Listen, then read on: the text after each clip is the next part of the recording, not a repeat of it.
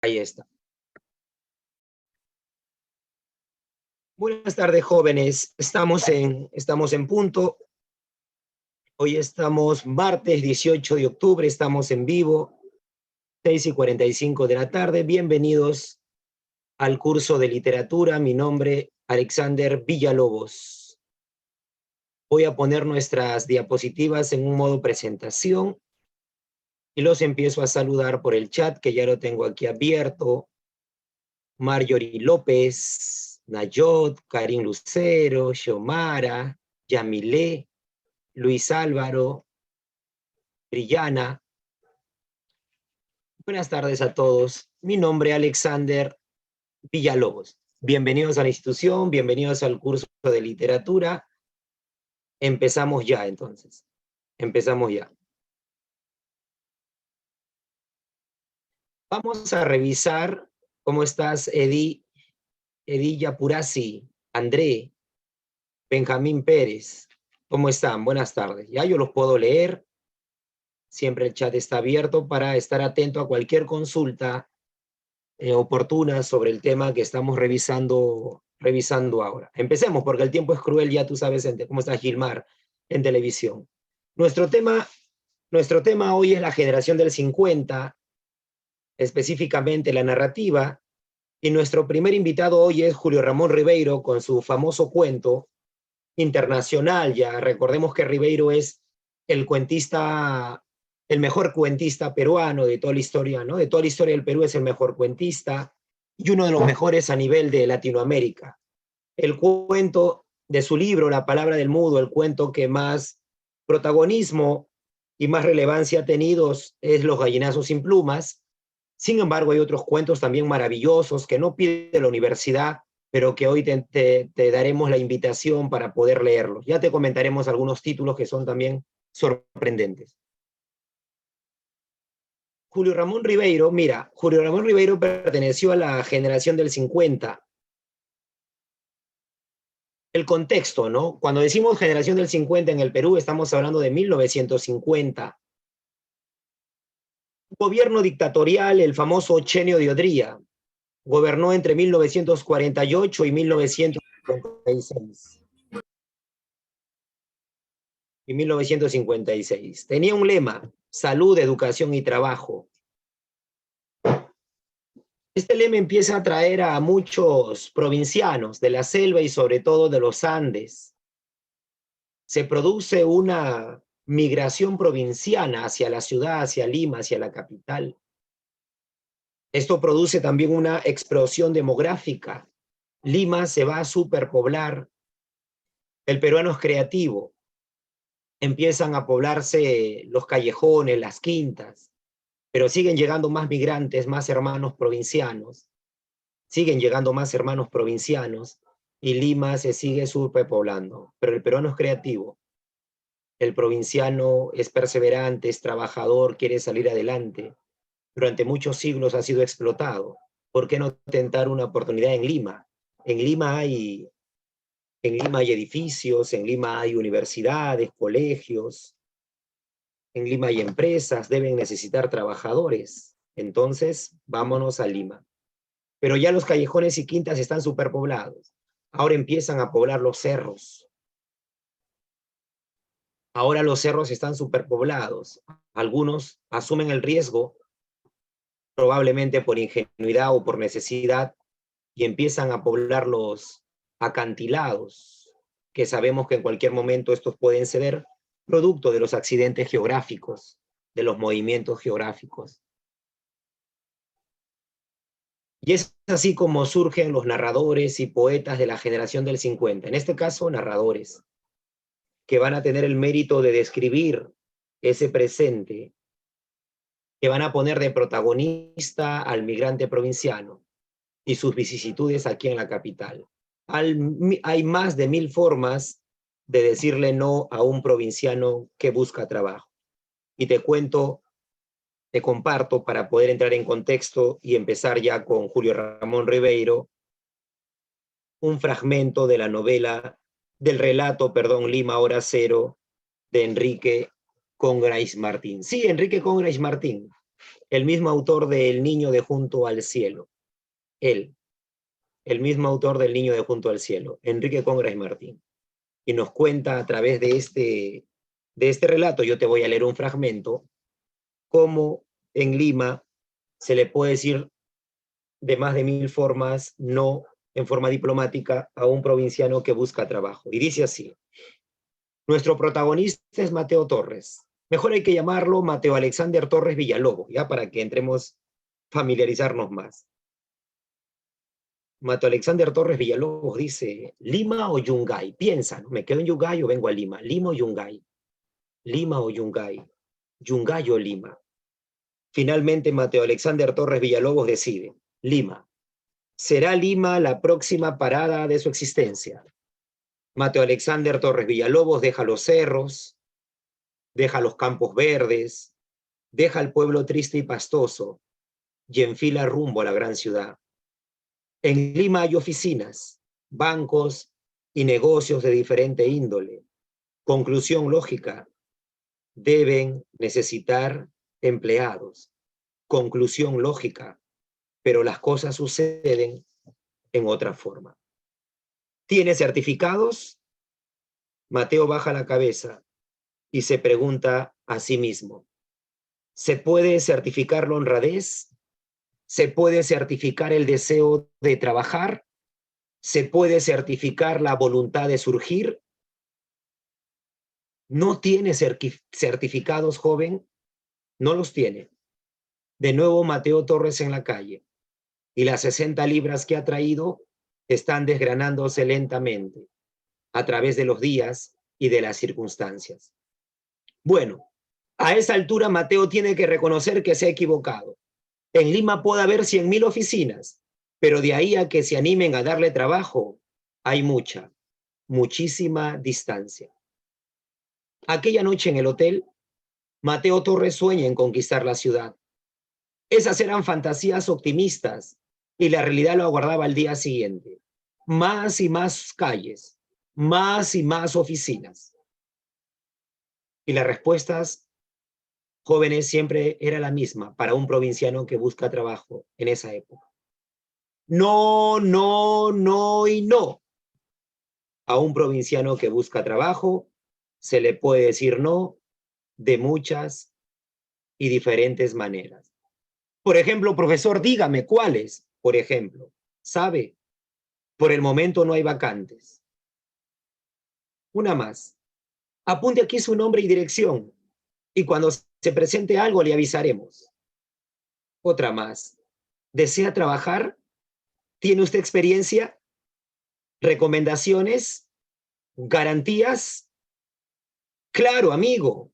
Por supuesto que nos encantaría que trabaje en nuestra oficina, pero mire, antes tiene que pasar por algunas pequeñas pruebas de admisión. No se preocupe, amigo, son sencillas. Usted debe saber mecanografía, algo de taquigrafía, contabilidad, inglés, correspondencia. Cosas fáciles, mi amigo. Sus papeles, joven, sus certificados, sus recomendaciones, ¿qué? ¿No los tiene? Así es más o menos en todas las oficinas a las que entra Mateo Torres. Al diablo entonces las oficinas. Además, Lima es muy grande y es posible trabajar en 1000 cosas distintas. Y si intentaba ser vendedor de productos químicos. No, mejor vendedor de autos. No, mejor vendedor a domicilio. Sí, vendedor a domicilio. Y si probaba allí, siguió leyendo. Vendedor a domicilio para artefactos eléctricos, buena comisión, presentarse. Este fue un fragmento del relato El Lima Hora Cero de Enrique Congras Martín. ¿Entienden? A ver, los leo en el chat. ¿Entienden cómo sufre el provinciano, ya no en el campo, ahora en la capital? Cómo de alguna manera lo marginan. Y así es lamentablemente tratado el provinciano ahora en Lima que busca trabajo. En narrativa tenemos a Julio Ramón Ribeiro, que es el que nos pide la universidad, a Carlos Eduardo Zabaleta, Enrique Congras Martín, Manuel Escorza, Eliodoro Vargas Vicuña, Sebastián Salazar Bondi o Enrique Solaris Guay. Pero también hubo poesía de la G50, Blanca Varela, Jorge Eduardo Eyelson, Javier Sologuren, Manuel Escorza, Washington Delgado o Alejandro, por ejemplo, Romualdo. Vamos con la narrativa de la generación del 50. Registran personajes y problemas que en ese momento se estaban produciendo. La marginación, la explotación. Si es que un provinciano consigue trabajo en esa época, se convierte en mano de obra barata o tiene que hurgar entre los basurales. Registran personajes y problemas que en ese momento se estaban produciendo. Tratan el tema de la ciudad moderna, pero a partir de la migración, ahora en la capital, ya no en la selva, ya no en la sierra. Enfatizan el tema urbano, privilegiando la visión de las barradas. La imagen que proponen de la ciudad es eminentemente crítica. Por ejemplo, Lima es llamada el monstruo. Lima, por ejemplo, es llamada el monstruo del millón de cabezas. Así es llamada Lima, el monstruo del millón de cabezas. Y se sobreentiende, ¿no? Lima está superpoblada, entonces le llaman el monstruo del millón de cabezas. Por ejemplo, Enrique Congrach Martín. Pero también Ribeiro llama a Lima en Los gallinazos sin plumas la de gigantesca mandíbula, porque Lima te oprime, por más que trabajes y ganes más, Lima parece como un monstruo que constantemente nos está aplastando, que permanentemente nos exige más, así como el cerdo pascual, que es una metáfora de la ciudad y de la urbe, que nunca está saciado, siempre quiere más, siempre exige más, de tal forma siempre nos explota. Los protagonistas son los migrantes provincianos. Se describen las peripecias de las clases medias, de las clases bajas, situadas en una especie de modernización. 1950, claro. La generación del 50, muy buena pregunta, se desarrolla en 1950, sino que fueron llamados simplemente generación del 50. ¿Gobierno de quién? Gobierno el ochenio de Odría, ¿ya? Guillermo Apolinario Odría, muy bien, Odría, acuérdense, esto lo pueden complementar con Historia del Perú, ¿ya? Con Historia del Perú, Gobierno de Odría. Seguimos. Profesor, recuérdeme los representantes, ya te los recuerdo. Enrique Congrach Martín, Julio Ramón Ribeiro, Osvaldo Reynoso, que aquí en nuestra biblioteca tenemos En octubre no hay milagros, o un cuento que te recomiendo, que fue prohibido en su época, pero hoy en día ya, siglo XXI, lo podemos leer, Los Inocentes o Limen Roth, que trata justamente de adolescentes humildes en la ciudad. Hubo una película de esto también. Carlos Eduardo Zabaleta, Eliodoro Vargas Vicuña, Sebastián Salazar Bondi o Luis Loaiza. Y ahí, mira, tenemos a nuestro invitado, nuestro primer invitado hoy, Julio Ramón Ribeiro. Es el mejor cuentista peruano, así coinciden los críticos. Yo también, sin ser crítico literario, coincido que es el mejor cuentista peruano. Sus cuentos los considero que son mejores que los de Abraham Valdelomar, que los del propio César Vallejo y otros cuentistas que hemos tenido. Tiene una preferencia por la técnica tradicional, que significa relato lineal, respetando el orden lógico y cronológico. Nos acerca al universo urbano, mostrando las angustias, las tensiones y frustraciones de sus personajes. Julio Ramón Ribeiro. El narrador tiene una actitud escéptica, es decir, que el narrador no cree en el cambio, en la mejora del destino de sus personajes. Ribeiro se identifica con los personajes frustrados, el que fracasa en el amor, con el borracho, con el que no tiene un hogar, no tiene un trabajo. Ribeiro se identifica con los personajes marginales de la sociedad, pero tampoco cree en la mejora en el destino de ellos. No es que su personaje nace pobre y en el cuento termina rico, o el personaje fracasa en el amor y luego al final logra estar con la mujer de sus sueños, no. Siempre para Ribeiro o el narrador es presenta una actitud escéptica, pesimista, como consecuencia del examen del entorno social en el que interpreta la intrascendencia de las acciones de los hombres y el sinsentido de la historia.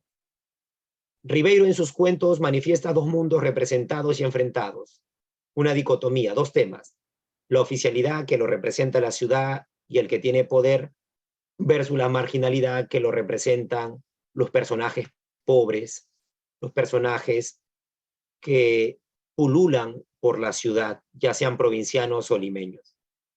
Ribeiro también desarrolla el cuento fantástico. Profesor, ¿y qué obras compuso Ribeiro? Compuso novelas, obras de teatro, cuentos y libros de memorias. Claro, lo mejor del maestro son sus cuentos. En novelas tenemos Crónica de San Gabriel, Los Geniecillos Dominicales y Cambio de Guardia. En teatro tenemos Vida y Pasión de Santiago el Pajarero o Atusparia. En cuentos, que los reunió en un solo libro titulado La Palabra del Mudo, donde encontramos más de 50 cuentos, entre ellos Los Gallinazos sin Plumas, que te lo recomiendo, Al pie del acantilado, que en realidad todo, ¿no? Alienación, Las botellas y los hombres, Silvio en el Rosedal o Solo para fumadores. Libro de memorias, Pregunta en su momento de admisión de San Marcos, un libro póstumo, La tentación del fracaso. ¿Cuál es la obra que nos pide la universidad? Los Gallinazos sin Plumas. Esta obra pertenece al género épico narrativo, su especie es el cuento, el narrador es omnisciente, el que lo ve y lo sabe todo. Su narrativa es lineal, es decir, que respeta el orden lógico y cronológico del relato. Y su tendencia es neorrealista, ahora situado en la ciudad, con los personajes provincianos o limeños que pululan entre los basurales. Profesor, ¿y cuáles serían los temas si yo leo el cuento? Que ojalá lo leas. La explotación de dos niños huérfanos, Efraín y Enrique, la marginación, la violencia con la que son tratados estos niños por el abuelo Don Santos, la miseria en la que viven los niños que tienen que hurgar entre la basura para conseguir comida, ya sea para el cerdo o para ellos mismos, mira cómo están en el basural, la solidaridad entre los hermanitos. Personajes, profesor, pocos personajes, recuerda que los cuentos presentan pocos personajes. El abuelo Don Santos, que es abusivo, que además tiene una pierna pata de palo. El niño menor, el nieto menor, Efraín, el nieto mayor, Enrique, un comprador que aparece una sola vez, el cerdo Pascual que ves aquí, un perrito llamado Pedrito, son los personajes. Real, los protagonistas son Santos, Efraín, Enrique y el cerdo. Muy bien. Ya ahí lo vamos a dejar solamente indicado. Yo voy a estar dosificando los tiempos, ya no te preocupes. Esa es la parte teórica, déjalo ahí indicado nada más. Con eso ya tú puedes resolver, sin haber leído el cuento y sin que yo todavía te lo haya narrado,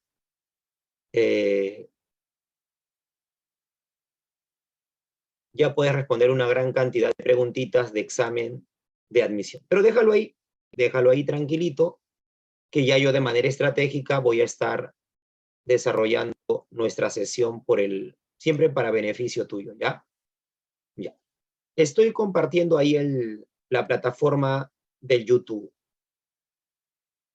Todavía no pongo el audio, voy a poner el audio y tú me dices si se alcanza a escuchar o no. Agradable ocasión te resumiré todo lo que tienes que saber respecto a una de las etapas literarias más importantes del Perú. Me refiero... ¿Se alcanza a ver y escuchar? Ya lo estoy retrocediendo. Sí, ya.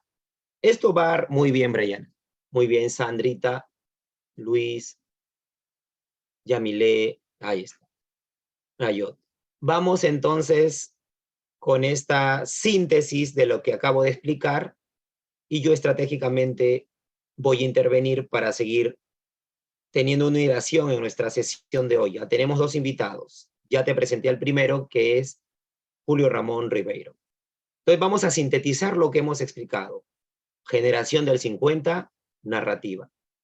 Un enorme saludo. En esta agradable ocasión te resumiré todo lo que tienes que saber respecto a una de las etapas literarias más importantes del Perú. Me refiero a la generación del 50 y hoy de forma muy breve te explicaré los puntos más significativos al respecto.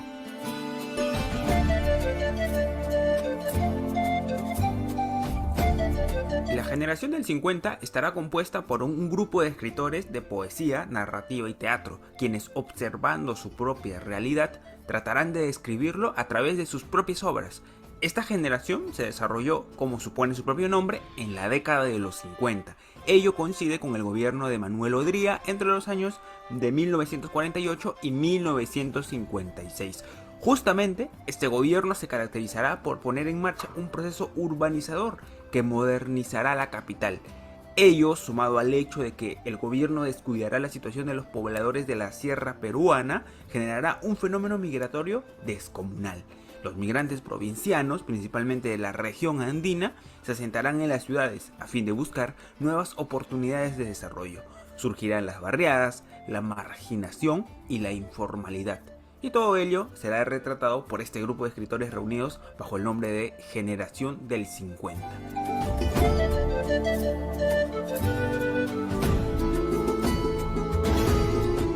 En primer lugar, tratarán el tema de la ciudad moderna teniendo como punto de partida a la migración. En segundo lugar, describirán los personajes y las situaciones que verán en la realidad de su época. De esta forma, enfatizarán el tema de las barriadas, la informalidad y la marginación tras el choque brusco de culturas. Precisamente, el personaje principal será el migrante provinciano, pero por otro lado, también se describirán las múltiples peripecias de una clase media situada en el centro de la modernización y la urbanidad. En tercer lugar, la visión que retratan estos autores será primordialmente crítica. En este caso, la capital, Lima, es considerada un monstruo, una gigantesca mandíbula, un remolino de problemas interminables que envuelven catastróficamente la vida del protagonista y la de sus conocidos. Finalmente, la narrativa de la generación del 50 se desarrollará en tres líneas temáticas: el neoindigenismo, el neorrealismo y el relato fantástico. Asimismo, estos autores darán inicio al uso de nuevas técnicas narrativas modernas.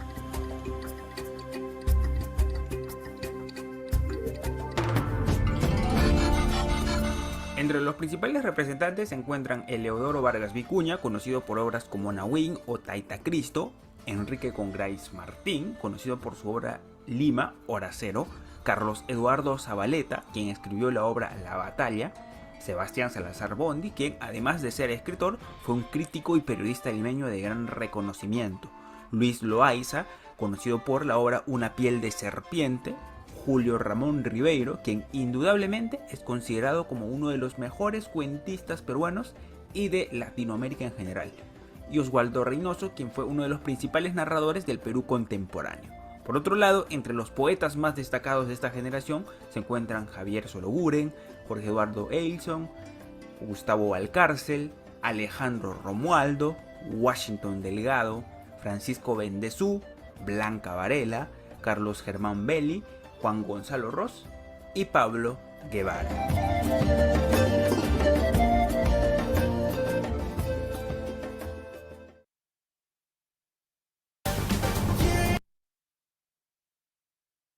Ahí está.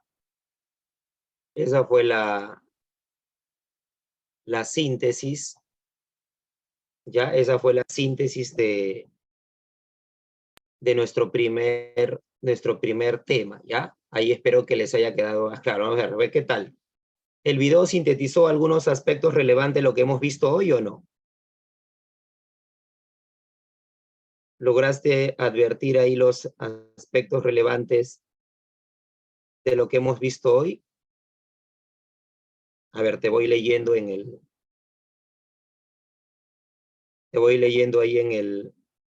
en el chat, ¿ya? Te voy leyendo ahí en el chat. Ya está. Claro, para complementar, ¿no? Para complementar. Ya. Vamos entonces, ahora voy a compartirte nuestro segundo PPT, nuestro segundo bloque de diapositivas, ¿ya?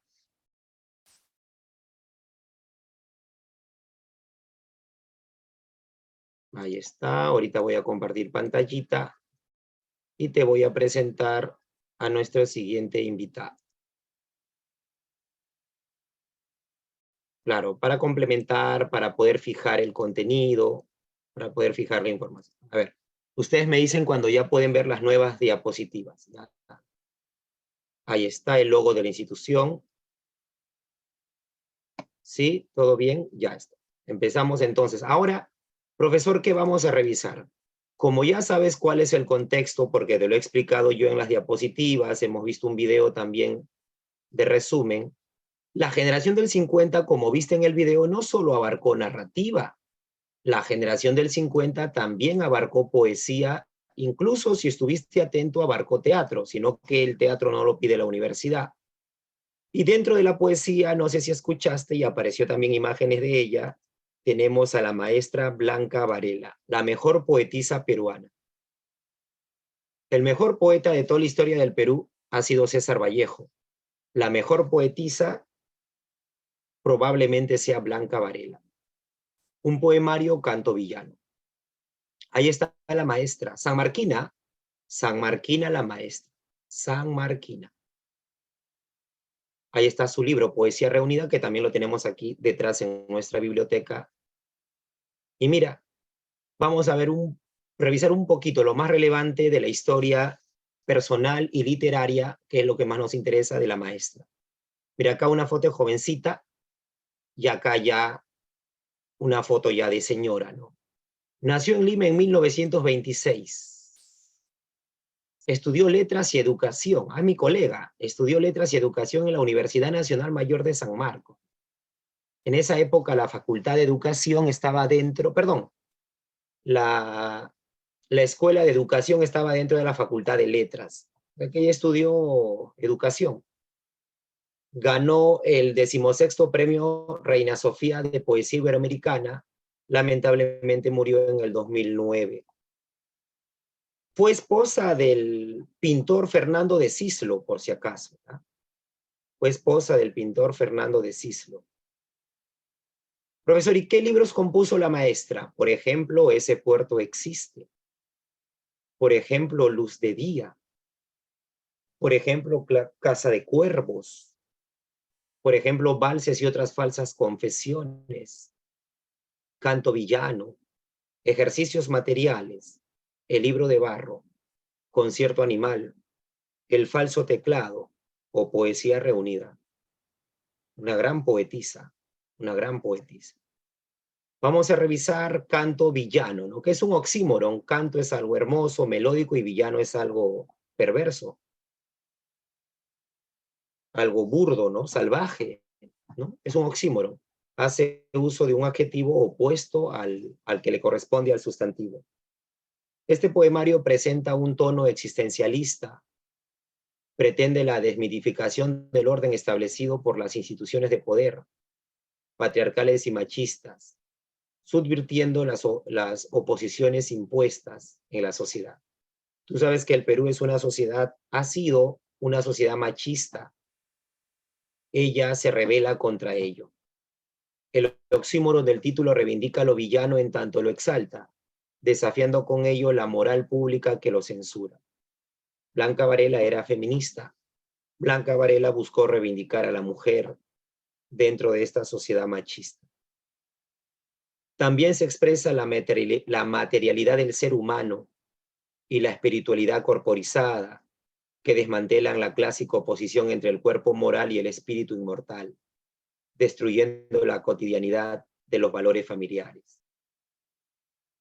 Ella, a través de este poemario, entender a Blanca Varela no es sencillo. Ella va del sentimentalismo melodramático, ella va de la confidencia y el desgarramiento personal. En sus poemas, ella no hace una confesión personal como si lo hacen otros, ¿no? Como Mariano Melgar, como Gustavo Adolfo Bécquer, ¿no? Ella no pone en práctica en sus poemas la confidencia personal. Igual que Ribeiro presenta una mirada escéptica mezclada con cierto pesimismo. ¿Qué habrá sido, no? La coyuntura de la época. Logra un lenguaje depurado, sin adornos ni grandilocuencias. Emplea la palabra rigurosa y concisa. Es decir, que es breve. Sus poemas son breves. Emplea la palabra rigurosa. Eso se llama concisión sintáctica y densidad semántica.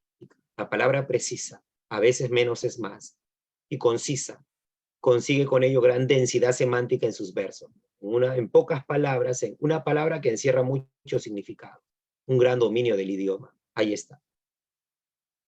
Ahora quiero compartirte un poema en la voz del único peruano que ha ganado el máximo galardón literario, Mario Vargas Llosa.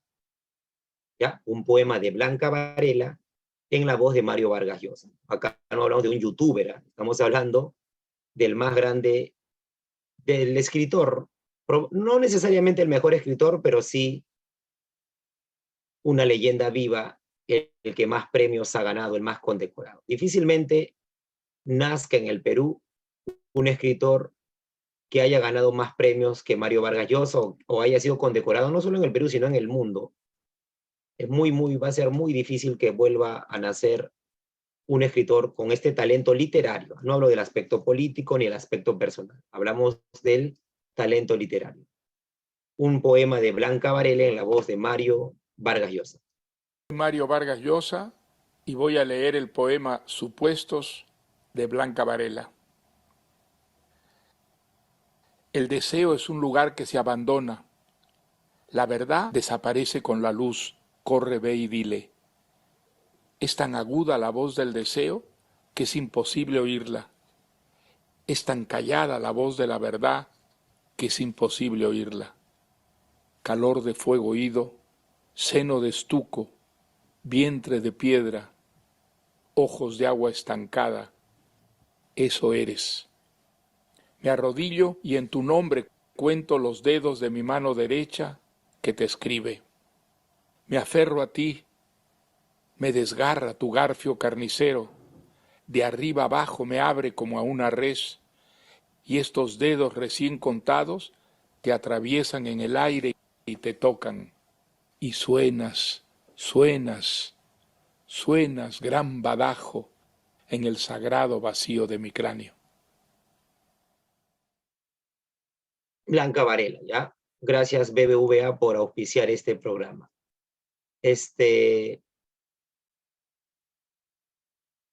Ya. Solamente ya esto te lo dejo para ti, para continuar con nuestra sesión de hoy. De repente ahí te comparto el enlace. ¿Estás creando tu negocio online? Ve a Wix.com y pon tu sitio en marcha con una experiencia de... El día que dispongas de tiempo te voy a compartir el enlace. El día que dispongas de tiempo, vamos a ponerlo aquí para todos. Todos en la reunión, ahí está. Ahí lo voy a mandar. Ahí lo puedes ver. A ver, confírmame en el chat, de repente lo envío mal. El día que dispongas de tiempo, puedes ver, de repente, el día que dispongas de 48 minutos, vas a poder ver la vida y obra de Blanca Varela, ¿ya? Acá te lo voy a poner un minuto nada más, porque quiero continuar con la sesión. Es decir, darte la iniciativa de que puedas, está en HD, así que no te puedes quejar, de acercarte más a la cultura, ¿ya? Busquemos pretextos para comprometernos con nuestra preparación, para comprometernos con nuestro ingreso. Este sábado fue el examen de admisión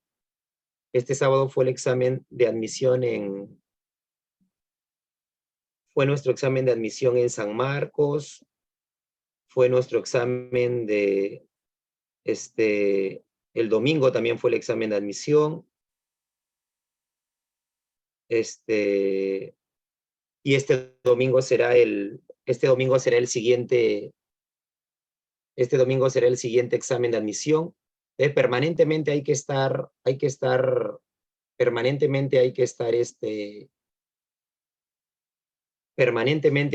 preparados, y es la propuesta que te damos aquí, una preparación completa para cualquier universidad, ¿ya? A ver, un minutito y continuamos con nuestra sesión de hoy, que es Generación del 50, narrativa y poesía.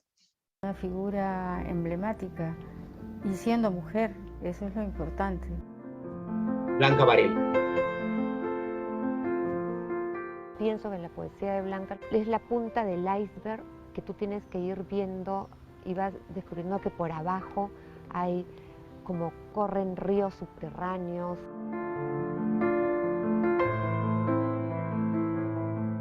abrió también el camino para posteriores reconocimientos de otras escritoras, que fue una cuestión importante, fue un encuentro con las poetas de los 70, los 80.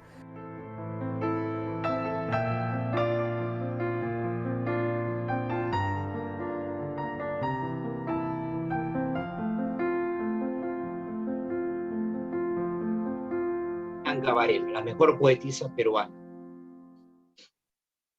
Solo un poquito, no te vayas a ilusionar. Blanca Varela nació en Lima el 10 de agosto de 1926. Fue hija de Alberto Varela y de Esmeralda González, más conocida como Serafina Quinteras. Fue la segunda de 4 hermanos. Serafina tuvo 3 esposos. El papá de Blanca fue el primero. Blanca Varela tenía a quien salir. Su madre fue Serafina Quinteras, compositora de música criolla. ¿Se acuerdan de ese vals, Muñeca Rota? Bueno, pues era de ella. Pero además de ser compositora, era una escritora satírica. No se llamaba en realidad Serafina Quinteras, se llamaba Esmeralda González Castro, pero justamente fue Blanca quien le puso ese seudónimo. Blanca Varela sentía una gran pasión por su mamá. Decía que era una mujer fantástica, acogedora, abierta, que siempre olía a rosas y que usó tacos hasta los 90. Serafina Quinteras vivió una vida feliz hasta los 103 años.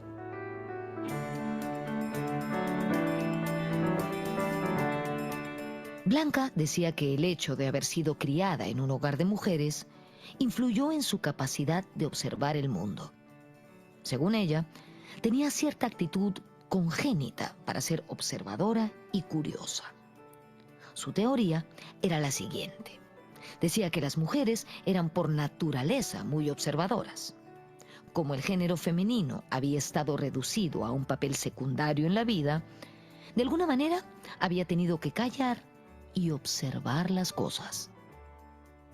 El papá de Blanca, Alberto Varela, fue determinante en sus gustos literarios. Cuando era muy niña ya leía a Unamuno o a Valle Inclán, tal vez sin entenderlos mucho. Ya está, suficiente. Yo te doy la iniciativa, yo te doy la iniciativa y ustedes van a,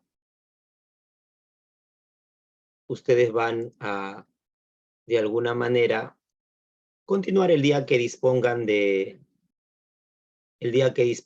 tiempo. Pueden entonces ver el video, pueden ver el video completo. Ya el día que dispongan de tiempo pueden ver el video completo y acercarse mucho más al mundo de Blanca Varela, no de un youtuber, ¿no? Sino estamos hablando de un material pues que ha pasado un control de calidad y que además está en un buen formato, ¿no? Está en HD para que ustedes puedan acercarse más al mundo de la maestra. Ahora sí, hoy que es martes de engreimiento literario, ¿te parece si te comparto un poquito de Los gallinazos sin plumas para que puedas recordar y poder familiarizarte más con la obra, o de repente por ahí te animas a leerlo, ¿ya? Vamos entonces con Los gallinazos sin plumas de Julio Ramón Ribeiro. Y esta historia empieza así. A las 6 de la mañana, la ciudad se levanta de puntillas y comienza a dar sus primeros pasos. Una fina niebla disuelve el perfil de los objetos y crea como una atmósfera encantada. Las personas que recorren la ciudad a esta hora parece que están hechas de otra sustancia, que pertenecen a un orden de vida fantasmal.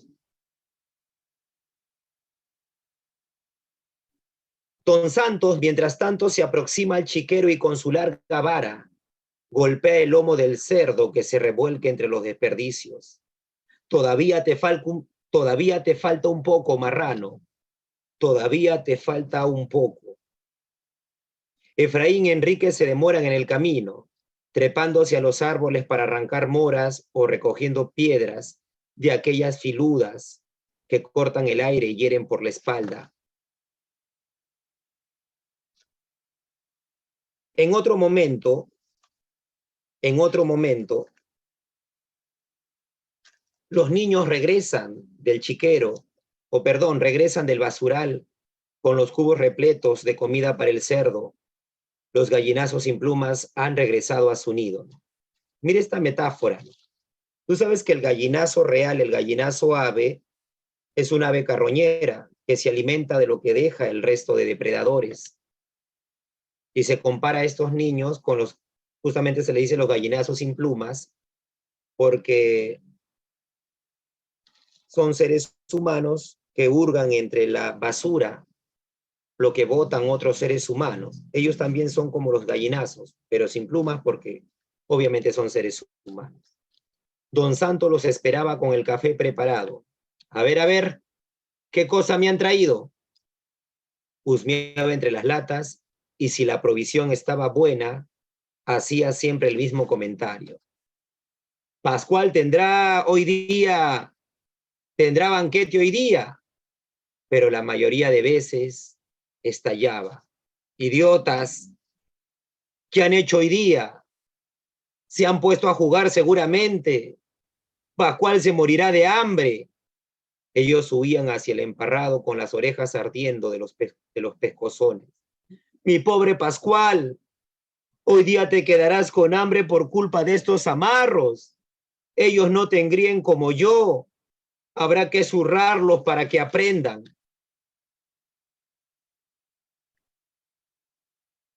Pasan los días y un hombre gordo, el comprador del cerdo, visitó al abuelo y al cerdo. Este hombre que tenía las manos manchadas de sangre observaba el chiquero donde estaba Pascual, el cerdo, y comentó: dentro de 20 o 30 días vendré por acá. Para esa fecha creo que podrá estar a punto. Cuando partió don Santos echaba fuego por los ojos. ¡A trabajar! ¡A trabajar! De ahora en adelante habrá que aumentar la ración de Pascual. El negocio anda sobre rieles. A la mañana siguiente, sin embargo, cuando don Santos despertó a sus nietos, Efraín, el nieto menor, no pudo levantarse. Enrique trató de justificar a su hermano. Tiene una herida en el pie, abuelito. Ayer se cortó con un vidrio. Don Santos examinó el pie de su nieto. La infección explotaba a los niños. Muy bien, ese es el tema, la explotación de los niños. Don Santos examinó el pie de su nieto. La infección había comenzado. Y el abuelo comentó: esas son patrañas. Que se lave el pie en la sequía y que se le envuelva con un trapo. Enrique seguía defendiendo a su hermanito. Pero si le duele, abuelito, no puede caminar bien. Don Santos meditó un momento. Desde el chiquero llegaban los gruñidos de Pascual. ¿Y a mí? Preguntó dándose un palmazo en la pierna de palo. Recuerda que el abuelo tiene una pierna de palo. ¿Y a mí? ¿Acaso no me duele la pierna? Y yo tengo 70 años. Y yo trabajo. Hay que dejarse de mañas. Efraín salió a la calle con su lata apoyado en el hombro de su hermano. Sin embargo, media hora después, regresaron con los cubos casi vacíos. No podía más, abuelito. Efraín está medio cojo. Don Santos observó a sus nietos como si meditara una sentencia. Bien, bien. Los enfermos a la cama, a podrirse sobre el colchón, y tú harás la tarea de tu hermano. Vete ahora mismo al muladar. Y se va. Cerca del mediodía, Enrique regresó con los cubos repletos. Lo seguía un extraño visitante, un perro escuálido y medio sarnoso. El abuelo le hace el gesto y ese animal lo encontré en el muladar, abuelito, y me ha venido siguiendo. El anciano, siempre violento, tomó una vara y amenazándolo. ¿Una boca más en el corralón? Enrique levantó al perro contra su pecho y huyó hacia la puerta. No le hagas nada, abuelito. Le daré yo de mi comida. Don Santos se acercó, hundiendo su pierna de palo en el lodo. Nada de perros aquí. Ya tengo bastante con ustedes. Enrique abrió la puerta de la calle. Si se va él, me voy yo también, abuelito. El abuelo se detuvo. Enrique aprovechó para insistir. Pero no come casi nada, abuelito. Mira lo flaco que está. Además de que Efraín esté enfermo, me ayudará. Conoce bien el muladar y tiene buena nariz para la basura. Don Santos reflexionó, mirando el cielo donde se condensaba la garúa. Sin decir nada, soltó la vara, aceptando que el perro se quede. Enrique sonrió de alegría y con su amigo aferrado al corazón, corrió donde estaba su hermano Efraín, mientras que el abuelo cantaba. Pascual, Pascual, Pascualito. Enrique miró al perro y le dijo, tú te llamarás Pedro. Sin embargo, su alegría se esfumó. Efraín, inundado de sudor, se revolcaba de dolor sobre el colchón. Tenía el pie hinchado, como si fuera de jeve y estuviera lleno de aire. Los dedos habían perdido casi su forma. Enrique trató de reanimar a su hermanito Efraín. Te he traído este regalo. Mira, se llama Pedro. Es para ti, para que te acompañe. Cuando yo me vaya al muladar, te lo dejaré y los dos jugarán todo el día. Le enseñarás a que te traiga piedras en la boca. Efraín, entre la fiebre y el dolor del pie, ¿verdad? Se había cortado el pie, comentó. Y el abuelo dijo algo. El abuelo no dice nada. Ambos miraron hacia la puerta. La garúa había empezado a caer. La voz del abuelo llegaba. Pascual, Pascual, Pascualito. El abuelo engreía. Sin embargo, al segundo día sucedió lo inevitable. Enrique no se pudo levantar. Había tosido toda la noche y la mañana lo sorprendió temblando, quemado por la fiebre. El abuelo, cuando vio al niño, dijo, ¿tú también? ¿Tú también? Enrique señaló su pecho, que roncaba. El abuelo salió furioso del cuarto. 5 minutos después regresó. Está muy mal engañarme de esa manera. Abusan de mí porque no puedo caminar. Saben que soy viejo, que soy cojo. De otra manera los mandaría al diablo. Y me ocuparía yo solo de Pascual. Efraín se despertó quejándose y Enrique comenzó a toser. Pero no importa, yo me encargaré de Pascualito. Ustedes son basura, nada más que basura, unos pobres gallinazos sin plumas. Ya verán cómo les saco ventaja. El abuelo está fuerte todavía, pero eso sí, hoy día no habrá comida para ustedes. No habrá comida hasta que no puedan levantarse y trabajar. A través del umbral, lo vieron levantar las latas en vilo y volcarse en la calle. Sin embargo, media hora después regresó aplastado. Sin la ligereza de sus nietos, el carro de la baja policía le había ganado. Los perros además habían querido morderlo. ¡Pedazos de mugre! ¡Esos son pedazos de mugre! Ya saben, se quedarán sin comida hasta que no trabajen. Al día siguiente el abuelo trató de repetir la operación, pero tuvo que renunciar. Su pierna de palo había perdido la costumbre de las pistas de asfalto, de las duras aceras, y cada paso que daba era como un lanzazo en la ingle. Si se muere de hambre, Pascualito será por culpa de ustedes y quedará en su conciencia. Quedará en su conciencia.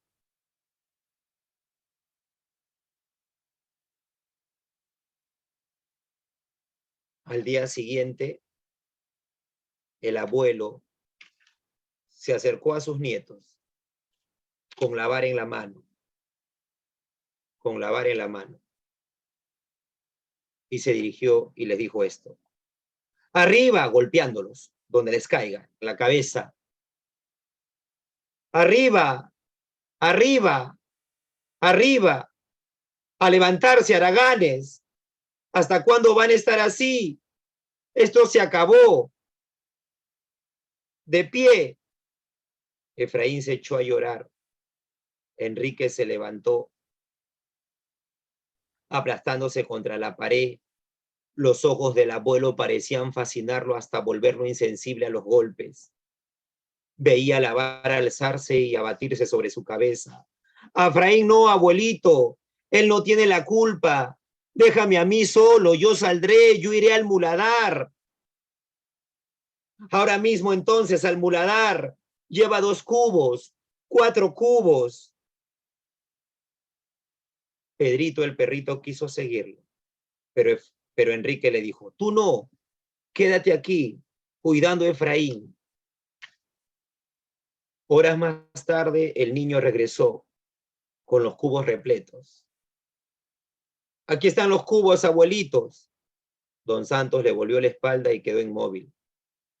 Enrique soltó los cubos y corrió intrigado hasta el cuarto.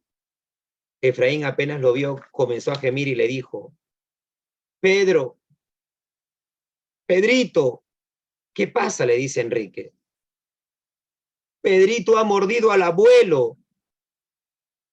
El abuelo cogió la vara. Después lo sentí aullar. Enrique salió de su cuarto. Pedro, Pedro, Pedro, ven aquí. ¿Dónde estás, Pedro? Nadie le respondió. El abuelo seguía inmóvil, con la mirada en la pared. Enrique tuvo un mal presentimiento. De un salto se acercó al viejo. ¿Dónde está Pedro, abuelito? ¿Dónde está Pedro? La mirada del abuelo descendió al chiquero. El cerdo Pascual devoraba algo en medio del lodo. Aún quedaban las piernas y el rabo del perro. Enrique se tomó la cabeza y empezó a gritar, ¡no! ¡No! ¡No puedes haber hecho eso, abuelito! ¿Por qué has hecho eso, abuelito? ¿Por qué? El abuelo no respondía. Por último, impaciente, el abuelo dio un manotón a su nieto que lo hizo rodar por la tierra. Desde allí Enrique observó al viejo que, erguido como un gigante, miraba obstinadamente el festín del cerdo Pascual. Estirando la mano, Enrique desde el suelo encontró la vara que tenía el extremo manchado de sangre. Dedujo: el perrito ha mordido al abuelo, el abuelo lo ha golpeado con la vara y luego lo arrojó al chiquero.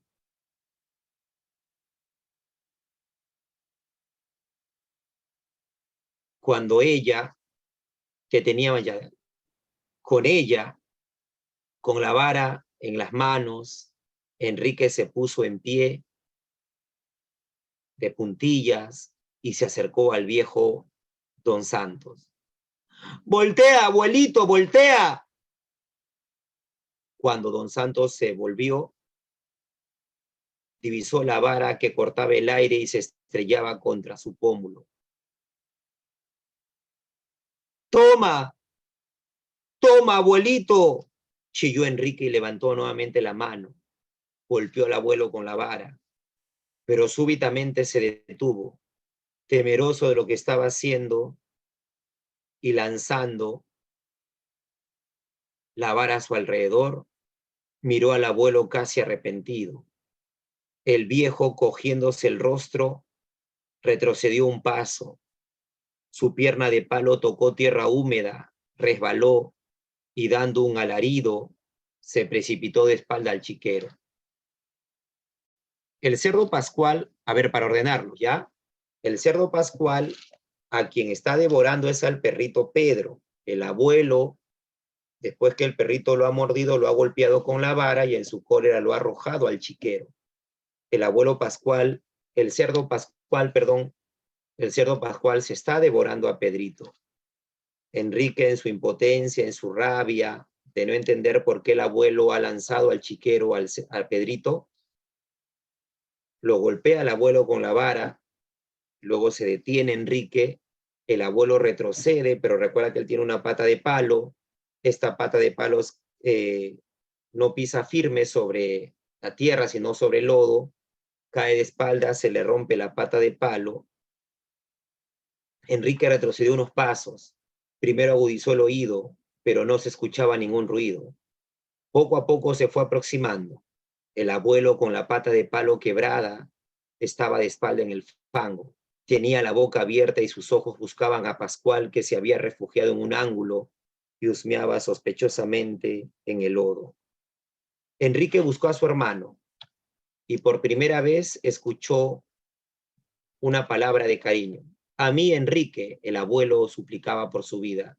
A mí, Enrique, a mí, Enrique. Enrique no le hizo caso. Fue donde su hermano Efraín.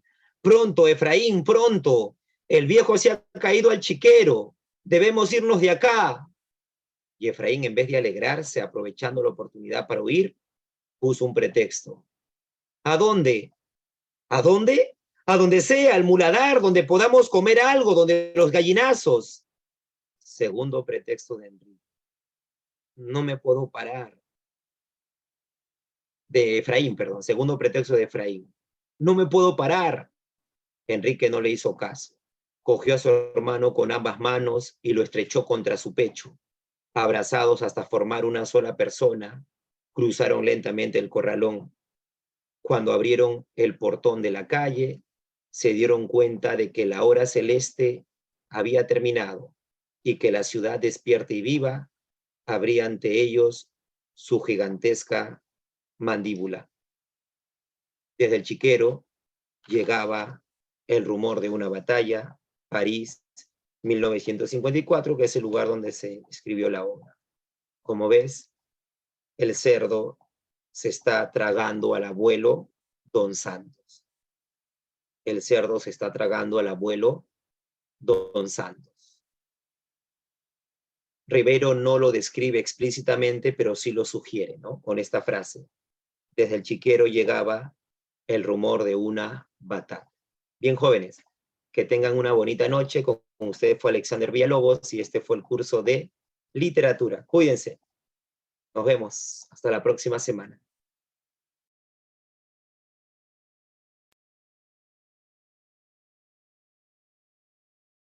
Hasta luego.